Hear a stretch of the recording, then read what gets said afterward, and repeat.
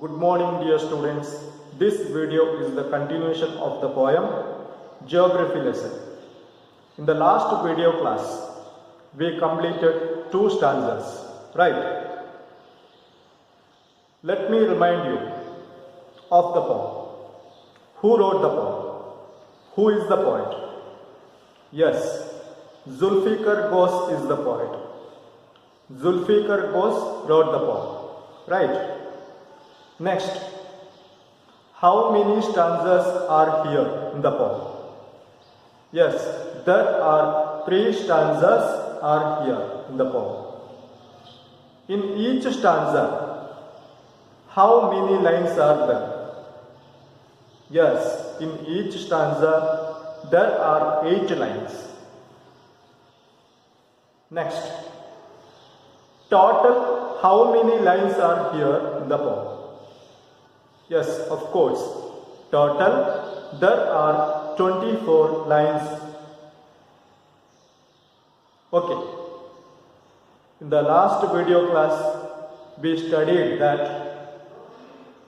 as the poet he was flying the sky, he understood why the cities had developed in the countries. Right, in the first stanza. In the second stanza, we studied that when the poet reached 10,000 feet, he understood the logic of geography. Right, what is that logic of geography the poet understood? Yes, the land and water attracted man. This is the logic of geography. Right, that's why the valleys, the rivers, and the cities were populated. The poet could understand why the cities populated. The cities, rivers, valleys, all these are natural resources, motivated people to live there, to take shelter there. It may be either for the business purpose, agriculture purpose, or for enjoying the beauty of nature. Right. Dear students, look at the third stanza of the poem, the last stanza of the poem. When the jet rose 6 miles high, it was clear the earth was round and that it had more sea than land. Rose is the past form of rise. So when the poet's jet reached 6 miles above in the sky, he looked down onto the ground. Now the poet, he was very far away from the earth in the sky.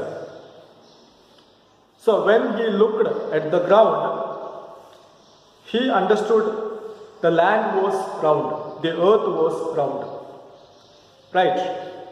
If you are on the land, you cannot see the end of the earth, the end of the land. If you are very far away from the land, higher in the sky, you can see the earth is round. You can understand the earth is round. Like that, the poet understood when he reached higher in the sky. He understood the earth was round. And also, he saw more water than the land. That you have studied in your geography subject. There is 70% of water on the ground. The water is surrounding the earth. If you look at the map of the earth, you can understand there is more water than the land. Okay. But it was difficult to understand that the men on the earth found causes to hate each other, to build walls across cities and to kill. From that hate, it was not clear why.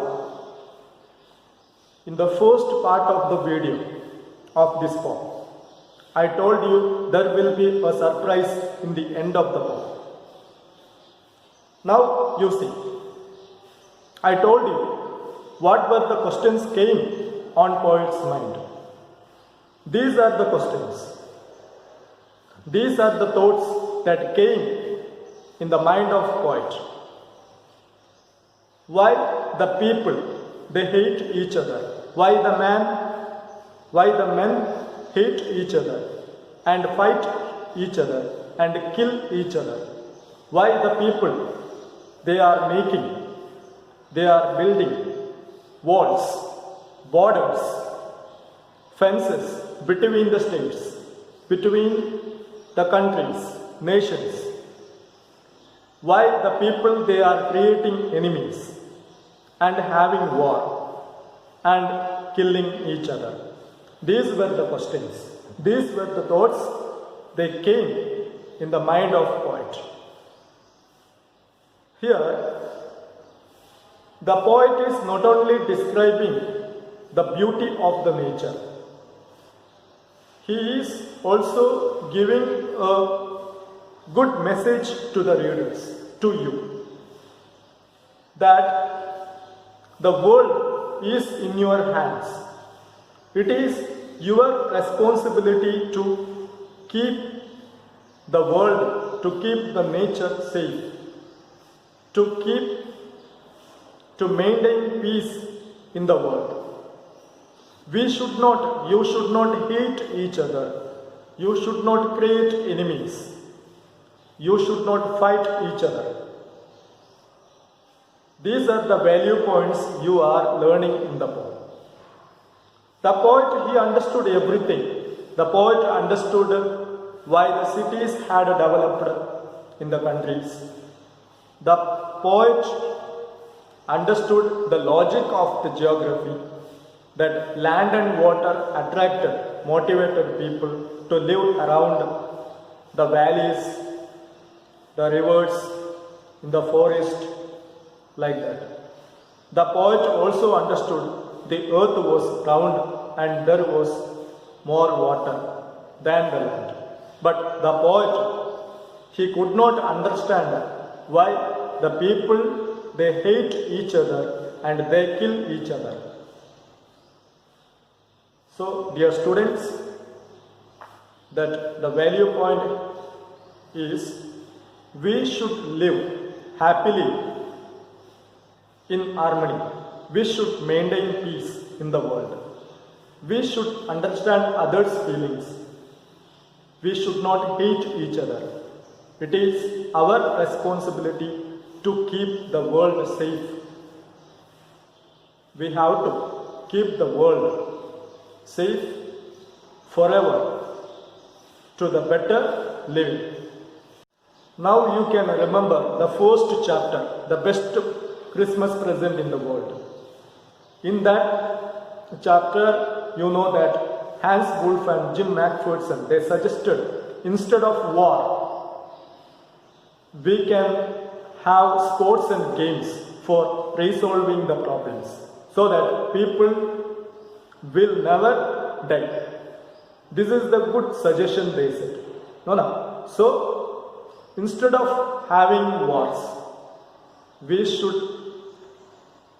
have some ideas. We can have games or sports for solving the problems. So, like that, we can maintain peace in the world between the nations. Right? So, next, you will learn the difficulty words here. Inevitable, that means that cannot be avoided. Haphazard, without plan or order. Delineated, short.